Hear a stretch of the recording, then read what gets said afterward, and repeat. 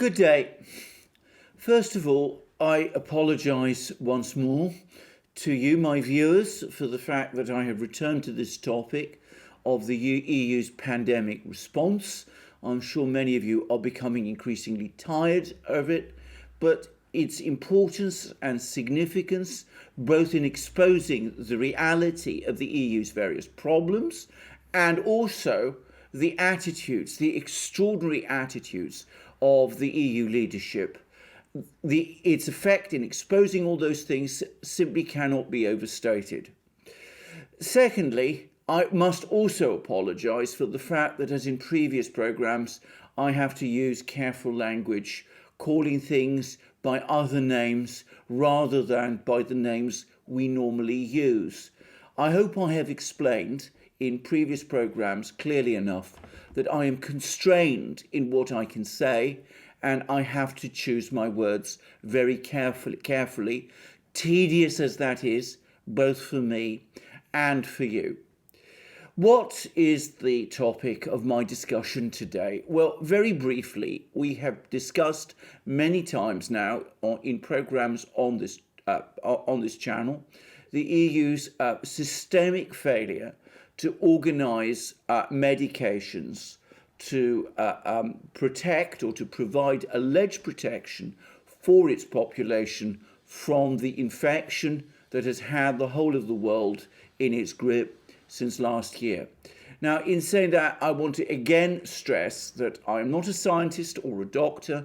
Nothing I say in this programme should be taken as advocating any course or making any comment about the science.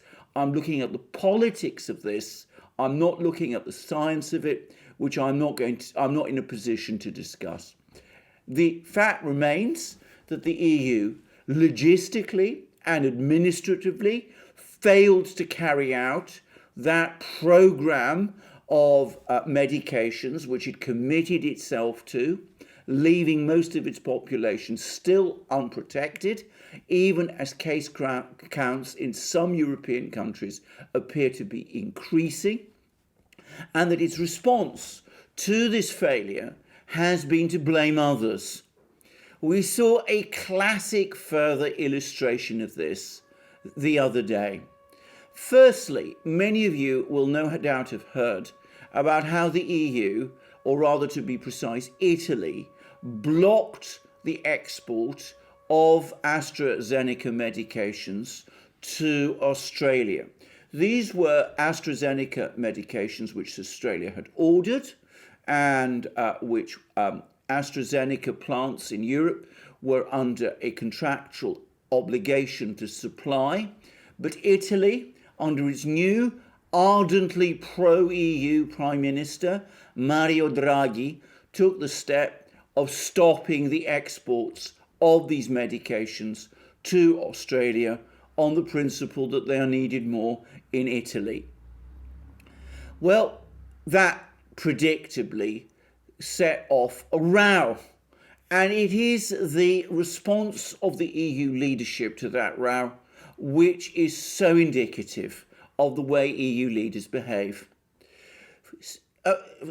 I say this because in response to the criticisms of Mario Draghi's decision to block the export of these medications to Australia, and to the EU's support for Mario Draghi in taking this step, European Council President Charles Michel, that's the official who supposedly chairs the meetings of the European Council and who is supposedly Ursula von der Leyen, European Commission President's superior, has gone on record and said that the EU does not accept any criticism of this step because the United States and the United Kingdom have already imposed outright export bans on medications.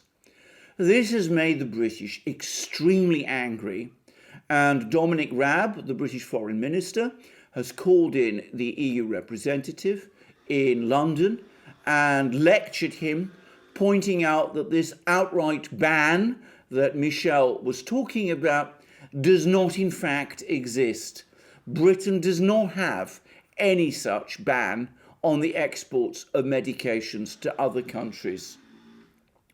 It is a fact that Britain has contracted with AstraZeneca and with other pharmaceutical companies the supply of large numbers of medication doses, and this is partly what is driving the very high medication rate in Britain, which has left that in the rest of the European Union far behind.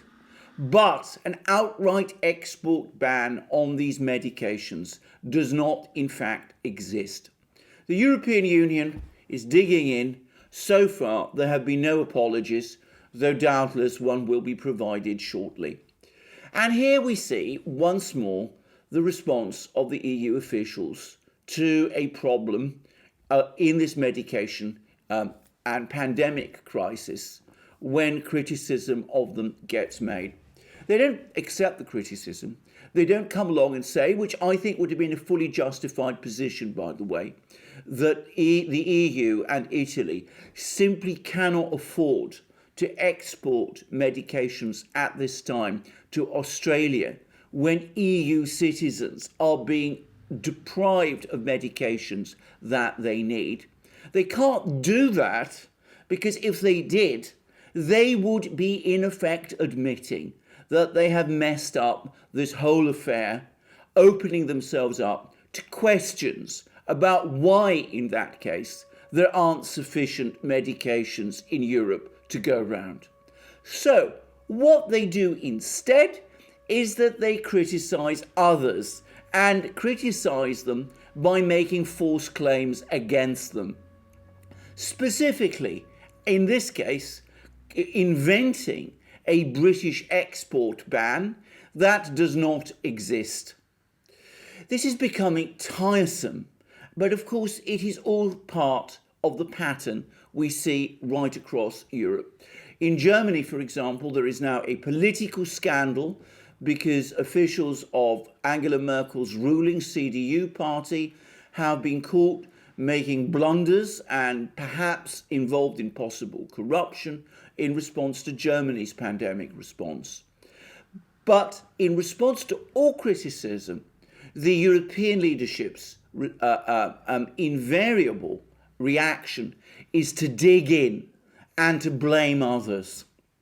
The EU likes to claim that it is a symbol to the whole world of transparency, of democracy, of open government, and of good intentions. Its actions, in fact, say otherwise. Moreover, it is particularly bizarre that the EU should criticise Britain for an export ban, which does not exist, when it is in effect banning exports to countries like Australia itself.